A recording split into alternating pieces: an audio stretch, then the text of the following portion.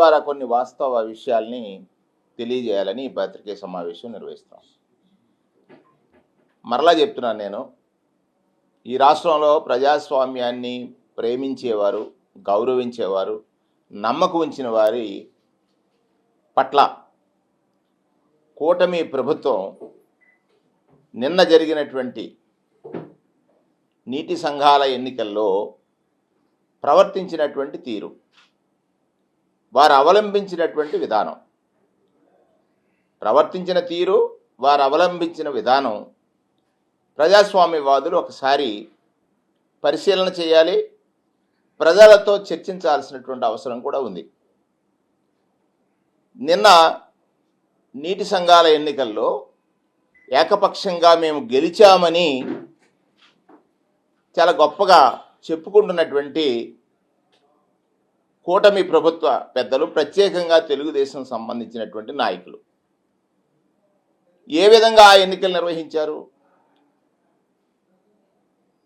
ప్రత్యేకంగా అత్యున్నత న్యాయస్థానం చెప్పినటువంటిది సీక్రెట్ బ్యాలెట్ పద్ధతిలో ఎన్నికలు నిర్వహించాలని కోర్టు నిర్దేశించినప్పటికీ కూడా ఎవరైతే ఎన్నికల్లో పాల్గొనేటువంటి వ్యక్తులు ఉంటారో నీటి తీరువాకు సంబంధించినటువంటి బకాయిలు చెల్లించి విఆర్ఓల దగ్గర సర్టిఫికెట్స్ పొందాలి ఎన్నికల్లో పాల్గొవాలంటే. ఇది ఒక దౌర్జన్యమా, లేకపోతే అధికారం ఉన్నటువంటి దురహంకారమా, అధికార దురహంకారమా?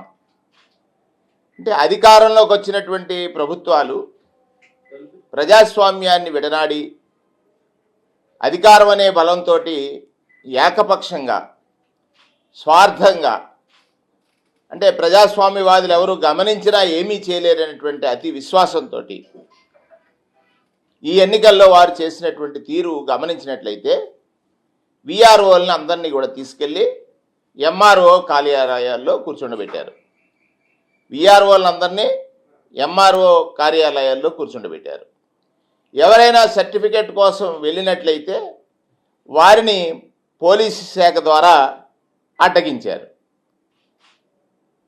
ఎవరైనా నామినేషన్ వేయడానికి ఎన్నికల్లో పాల్గొవాలి, ఆ నీటి తీరువా ఎన్నికల్లో మేము కూడా భాగస్వాములు అవ్వాలని ఆలోచన చేసే వారికి ఎవరికి కూడా వారి అర్హతకు సంబంధించినటువంటి సర్టిఫికెట్లు పొందడంలో వారికి ఆ వెసులుబాటు లేకుండా అధికార దుర్వినియోగానికి ఈ కూటమి ప్రభుత్వం పాల్పడిందనేది వాస్తవ విషయం. అనేకమైనటువంటి ఉదాంతాలు ఉన్నాయి. ఇక్కడ పులివెందుల్లో కూడా మేమే గెలిచామనేటువంటి ఒక వార్త వారు ప్రచురించారు.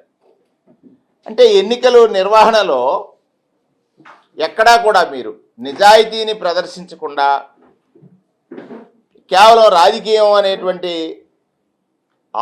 రాజకీయ ఆలోచనతోటి పులివెందుల్లో మేము గెలిచామనేటువంటి మాట ఏదైతే మీరు మాట్లాడుతున్నారో, ఒకసారి ఈ ఎన్నికల్లో పారదర్శకత ఎక్కడైనా పాటించారా?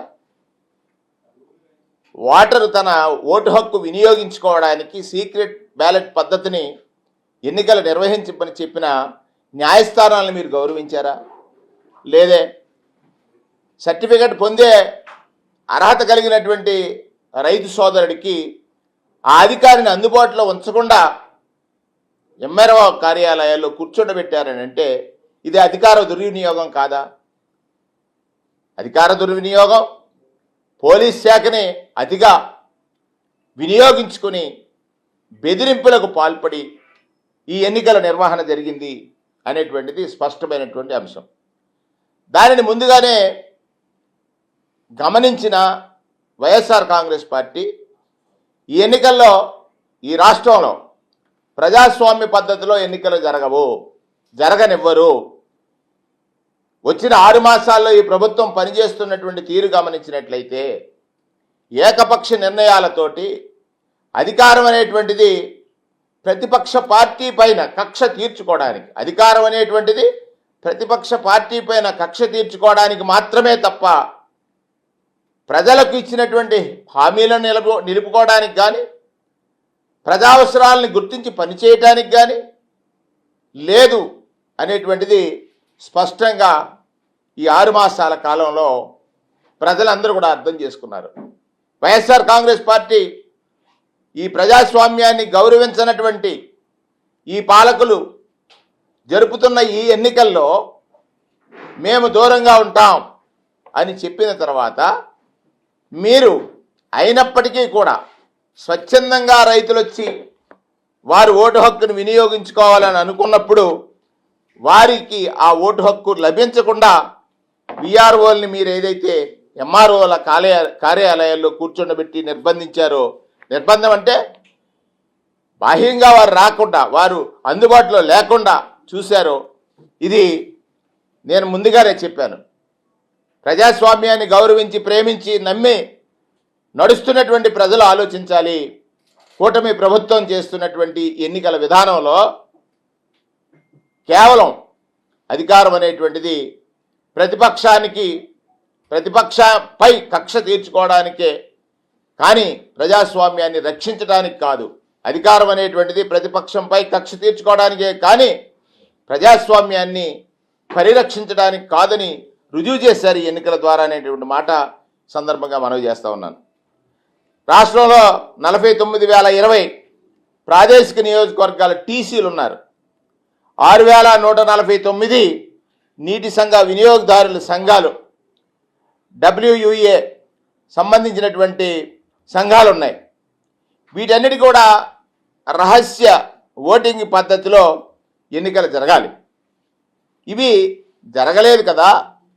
ఏకగ్రీవాలు అవ్వటమే లక్ష్యంగా పెట్టుకుని సీక్రెట్ బ్యాలెట్ పెట్టమని హైకోర్టు చెప్పినా అధికారులు వినకుండా ఏ ఇతర పార్టీలని ఎన్నికల్లో పోటీ చేయడానికి వీలు లేకుండా 2-3 రోజులుగా గ్రామ సచివాలయాల్లో నో డ్యూ సర్టిఫికెట్లు ఇవ్వకుండా అడ్డు పెట్టుకుని కుట్రలకి, వారి కుతంత్ర రాజకీయాలకి తెరలేపారనేటువంటిది స్పష్టంగా ఈరోజు జరిగిన ఈ ఎన్నికల ద్వారా తెలిసినటువంటి విషయాన్ని కూడా మీ ద్వారా ప్రజాస్వామ్యవాదులకు అందరికీ కూడా వివరిస్తూ ఉన్నాను. రాజ్యంలో ఈ దుర్నీతికి అంటే నీతి బాహ్యంగా నిర్వహించుతున్నటువంటి ఈ ఎన్నికల్ని నిరసిస్తూ బహిష్కరించాము అనేటువంటి మాట వైఎస్ఆర్ కాంగ్రెస్ పార్టీ ముందుగానే జగన్మోహన్ రెడ్డి గారి నాయకత్వంలో తెలియజేసినటువంటి విషయాన్ని కూడా సందర్భంగా మనవి చేస్తూ ఉన్నాను. ఈ ఎన్నికల విధానంలో ఒకసారి మనం గమనించినట్లయితే సీక్రెట్ ఓటింగ్ పెట్టలేదు. అలాగే ఎన్ఓసీలలో ఇచ్చే దాంట్లో కుట్ర చేశారు. రైతులకి ఎక్కడా కూడా విఆర్ఓల్ని అందుబాటులో లేకుండా చూశారు. విఆర్ఓలు మండల ఆఫీసులకి అంటే ఎంఆర్ఓ ఆఫీసుల్లోనే అక్కడే ఉండిపోయేటట్టుగా చేశారు. కొన్ని ఉదాహరణలు మనం చూసినట్లయితే దౌర్జన్యకాండ ఏ విధంగా జరిగింది, ఎక్కడైతే స్వచ్ఛందంగా రైతులు పోటీ చేశారో ఆ పోటీ చేసిన రైతుల పట్ల ఈ ప్రభుత్వంలో ఉన్నటువంటి తెలుగుదేశం పార్టీ నాయకులు ఏ విధంగా వారిపైన దౌర్జన్యాలు చేశారో కొన్ని ఉదాహరణలు మీ ద్వారా ప్రజలకు తెలియజేయాలని విజయనగరం జిల్లా ఎస్కోట మండలం కొల్లపూడిలో బీజేపీ నాయకుడు మరొకసారి చెప్తున్నాను, బీజేపీ నాయకుడు కోన మోహన్ రావు గారు నామినేషన్ వేయటానికి వెళ్ళారు. కల్లిపూడి ఎంపీటీసీ స్కూల్ పోలింగ్ కేంద్రానికి వెళ్ళగా ఆయన్ని టీడీపీ నాయకులు అడ్డుకొని లోపలకు వెళ్లేందుకు ప్రయత్నిస్తే కుర్చీలు పైకి విసిరేసినటువంటి ఒక ఘటన. తన నామినేషన్ స్వీకరించాలని ఆయన డిఈ పి శ్రీచరణ్ కాళ్ళు పట్టుకుని వేడుకున్నా కూడా టీడీపీ నాయకుల ఒత్తిళ్ళకి ఆయన డిఈ గారు ఆయన అనుమతించలేదు. అంటే ఏ విధంగా తన కూటమిలో ఉన్నటువంటి బీజేపీ నాయకుడికే ఆ విధమైనటువంటి పరిస్థితి టీడీపీ నాయకులు కలగజేశారంటానికి ఇది ఒక ఉదాహరణ. అలాగే పొట్టి శ్రీరాములు నెల్లూరు జిల్లాలో బోగోలు చెరువు సాగునీటి సంఘం ఎన్నికల్లో టీడీపీ నాయకులు బరితెగించి శుక్రవారం అర్ధరాత్రి ఇంట్లో నిద్రిస్తున్న వైఎస్ఆర్సీపీ మండల కన్వీనర్ మద్దిపోయిన వీరరాఘవను ఆయన అభ్యర్థి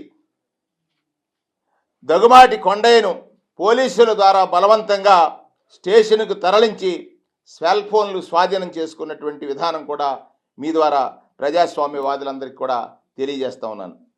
విషయం తెలుసుకున్నటువంటి కావలి ఈ విషయాన్ని తెలుసుకున్న కావలి మాజీ ఎమ్మెల్యే రామిరెడ్డి ప్రతాప్ రెడ్డి గారు వైఎస్ఆర్సీపీ నాయకులు హుటాహుటిన పోలీస్ స్టేషన్కి చేరుకుని తమ పార్టీ నాయకుల్ని అర్ధరాత్రి సమయంలో ఎందుకు స్టేషన్కి తీసుకొచ్చారని నిలదీయగా ప్రయోజనం లేదు. అంటే ఒకటి, ఎన్నికల్లో పాల్గొనడమే నేరమా? ఎన్నికలు ప్రకటించిన తర్వాత ఎన్నికల్లో అభ్యర్థులు పాలు పంచుకుంటారని తెలిసి వారిని పోలీస్ స్టేషన్లో బంధించడానికి ఇది ఒక ఉదాహరణగా మీ ద్వారా ప్రజాస్వామ్యవాదులందరికీ కూడా తెలియజేస్తూ ఉన్నాను. కృష్ణా జిల్లా బంటుమిల్లి మండలం పెందుర్రు ప్రాదేశిక నియోజకవర్గానికి సంబంధించిన నామినేషన్ పత్రాల్ని చించేసినటువంటి ఒక ఘటన జరిగింది. అలాగే ప్రకాశం జిల్లాలో కొమరోలు మండలంలో తన మాట వినలేదని తెలుగుదేశం పార్టీ వర్గీయులు రైతులపై అక్రమ కేసులు పెట్టినటువంటి విధానాన్ని కూడా మీ ద్వారా ప్రజాస్వామ్యవాదులకి వివరించదలిచాను. విజయనగరం జిల్లా బొబ్బిలి మండలంలో కోమటిపల్లిలో ఓటర్లు ఆందోళనకు దిగారు. 300 మంది ఓటర్లు ఉంటే కేవలం 12 మందిని మాత్రమే లోపలికి ఎలా అనుమతిస్తారని పోలీస్ స్టేషన్ వద్ద ధర్నా చేసినటువంటి ఒక ఘటనను కూడా ప్రజాస్వామ్యవాదులందరికీ కూడా మీ ద్వారా వివరిస్తూ ఉన్నాను. అనంతపురం జిల్లా ఎల్లనూరు మండలంలో పులివెందల బ్రాంచ్ కెనాల్ పీబీసీ సాగునీటి సంఘానికి నామినేషన్ వేయకుండా జడ్పీటీసీ సభ్యుడు భోగతి ప్రతాప్ రెడ్డిని పోలీసులు అడ్డుకున్నారు. మడకశిర మండలం కల్లపర్రిలో పోటీలో ఉన్న అభ్యర్థులను పోలీసులు అడ్డుకున్నటువంటి విధానాన్ని కూడా మీ ద్వారా ప్రజాస్వామ్యవాదులకి వివరిస్తూ ఉన్నాను. తిరుపతి జిల్లా చిల్లకూరు మండలం తోనుకుమాల చెరువులో సంబంధించినటువంటి పోటీల్లో రైతులు చక్రపాణి రెడ్డిని అడ్డుకొని దాదాపు జిల్లా అంతటా అడ్డుకోవడంతో పాటు జిల్లా అంతటా కూడా కూటమి నాయకులు చెప్పిన విధంగానే ఇరిగేషన్ శాఖ అధికారులు నడుచుకున్నారనేటువంటిది మీ ద్వారా ప్రజాస్వామ్యవాదులకి వివరిస్తూ ఉన్నాను. నెల్లూరు జిల్లా కుతికిపాలెంలో టీడీపీ నేతలు అరాచకాలు చేశారు. పద్మమ్మ అనే మహిళా రైతు గెలిచిన టీడీపీ తెలుగుదేశం పార్టీకి చెందినటువంటి శ్రీనివాసరెడ్డి గెలిచినట్లు అధికారులు ప్రకటించారు. ఇంకా ఒక అడుగు ముందుకేసి ఒక అధికారి అయితే, నువ్వు మాజీ ఎమ్మెల్యే అయితే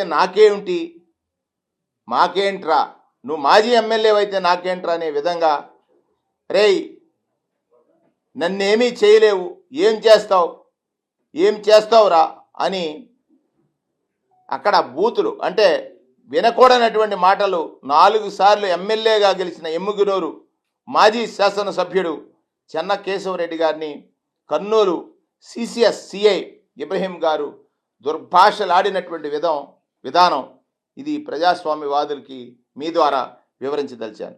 ఎమ్మిగనూరు మండలంలో పార్లపల్లిలో ఈ ఘటన జరిగింది. ఓటర్లను అధికార పార్టీ నేతలు అడ్డుకోవడంతో మాట్లాడడానికి వెళ్ళడంలో పోలీసులు ఎలా పచ్చనేతలు చెప్పినట్టు వ్యవహరించారు అనే దానికి ఈ ఎన్నికల్లో వాళ్ళు చేసిన ఏకగ్రీవాలే ఒక ఉదాహరణగా సందర్భంగా మనవి చేస్తా ఉన్నాను. కోడుమూరు నియోజకవర్గంలో బెల్హాల్ మండలంలో బ్రాహ్మణ దొడ్డి టీడీపీ నేత శ్రీ డి విష్ణువర్ధన రెడ్డి అనుచరులు నామినేషన్ పత్రాలు లాక్కుని చింపేశారు. అంటే నామినేషన్ పత్రాలు చింపేయడం కూడా ఈ ఎన్నికల్లో తెలుగుదేశం పార్టీ నాయకులు అనుసరించినటువంటి విధానాన్ని కూడా ఉదాహరణతోటి మీ ద్వారా ప్రజాస్వామ్యవాదులకి తెలియజేస్తూ ఉన్నాను. చేతకాని అంటే ప్రజాస్వామ్య పద్ధతిలో ఎన్నికలు నిర్వహించడానికి భయపడినటువంటి, అంటే ఈ 6 మాసాల కాలంలో ప్రభుత్వం పనిచేసినటువంటి తీరుని ప్రజలు నిరసిస్తున్నారు అనేటువంటి లోలోపల భయం ఈ ఎన్నికల్లో ఏకగ్రీవాలు చేసి దానిని గొప్పగా చెప్పుకోవాలనేటువంటి ప్రయత్నం తెలుగుదేశం పార్టీ చేసిందని, మనమందరం కూడా రాజ్యాంగబద్ధంగా పరిపాలిస్తాడని అధికారం ఇచ్చినటువంటి ప్రభుత్వ అధినేత ఏకపక్షంగా నిర్ణయాలు తీసుకుని ప్రతిపక్షంపై పగ తీర్చుకోవడమే అధికారం యొక్క లక్ష్యమా అన్నట్టుగా అధికారం యొక్క లక్ష్యం అన్నట్టుగా ఈ పాలన సాగుతున్నటువంటి పరిస్థితిని మీ ద్వారా రాష్ట్ర ప్రజానీకానికి వివరించాలని ఈ సందర్భంగా ఈ ప్రధానమైనటువంటి ఉదాహరణలతో విఆర్ఓల్ని గ్రామ సచివాలయాల్లో ఉండకుండా వారి విధులు సక్రమంగా నిర్వహించకుండా వారిని ఎంఆర్ఓ ఆఫీసుల్లో బంధించి ఉంచడాన్ని వైఎస్ఆర్ కాంగ్రెస్ పార్టీ తీవ్రంగా ఖండిస్తుంది. చివరికి కవరేజ్కి వచ్చినటువంటి మీడియా పైన కూడా దాడి చేసినటువంటి ఘటనను కూడా వైఎస్ఆర్ కాంగ్రెస్ పార్టీ తీవ్రంగా ఖండిస్తుంది. ఎన్ని పనులు చేసినా నో డ్యూ సర్టిఫికెట్లు పొందలేని స్థితిలో ఈరోజు రైతులు ఉన్నారనంటే ఇది ప్రజాస్వామ్యమా, నియంతృత్వమా? ఒక్కసారి ప్రజలు ఆలోచించాలని సందర్భంగా మనవి చేస్తున్నాను. ఒక పులివెందల్లోనే కాదు, జమ్మలమడుగులో కూడా ఇదే విధంగా విఆర్ఓల్ని అందరినీ కూడా తీసుకెళ్ళి దేవగుడిలో బంధించారు. ఇది వాస్తవం. దేవగుడిలో బంధించారు, ఇది వాస్తవం. అధికారుల తప్పులు వారి దగ్గరుండి చేయించి పొరపాట్లకు శిక్ష అనుభవించక తప్పు. ఇప్పుడు ఎవరైతే అధికారులు ఉన్నారో వారు అధికార పార్టీ నేతలు చెప్పిన దానికి తత్తాసు పలికి వారి విధుల నిర్వహణలో ఏకపక్షంగా ఉన్నట్లయితే భవిష్యత్తులో వారు కూడా శిక్షార్హులవుతారు. మీరందరూ ఒక్కటి గమనించండి. మనందరం కూడా రాజ్యాంగబద్ధంగా రాజకీయాల్లో ఉన్న నాయకులు కానీ ఉద్యోగులు కానీ ప్రమాణపత్రం మీద సంతకాలు చేశాం, ప్రమాణం చేశాం. ప్రజాస్వామ్యాన్ని ప్రతి క్షణం రక్షిస్తామని. ప్రజాస్వామ్యం అంటే ప్రజలు మనకిచ్చినటువంటి ఒక అధికారం, అకౌంటబిలిటీ. ఆ అధికారాన్ని వారి సంక్షేమానిక, అభివృద్ధిక, రక్షణక, వారి అవసరాల్ని ప్రతి క్షణం తీర్చడానిక ఉన్నాం తప్ప ప్రజలపై కక్ష తీర్చుకోవడానికి, మన అధికారం మన బలాన్ని మరి పెంచడానికి అన్నట్టుగా ఉండకూడదనేటువంటిది ఈ సందర్భంగా మనవి చేస్తూ ఇంకొక ఉదాహరణ చెప్పదలిచాను. ఇది ఎన్నికల్లో గెలుపు అనేటువంటిది వాపు మాత్రమే, బలుపు కాదు.